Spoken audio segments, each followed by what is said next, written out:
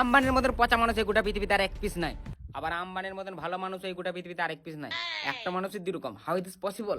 I explain it বেবে। আমি বলছি পচা এই জন্যই, কারণ প্রথম নিজের ছেলের বিয়েটা এত বেড়া ধুমধাম করে দিলে যে আমাদের গোটা পাড়াতে ছেলে চিংড়ি পুটি সবাই বলছে ভাই আমার বাবারে নিজের বেড়ার বিয়েতে সেলিব্রেটিং খরচা করেছি আর কি লয়, বেশ ঠিক আছে করলে। আবার ওই বিয়ের খরচার টাকাটা উঠেছে আমাদের কাছ থেকে, রিচার্জের দামটা বাড়িনি।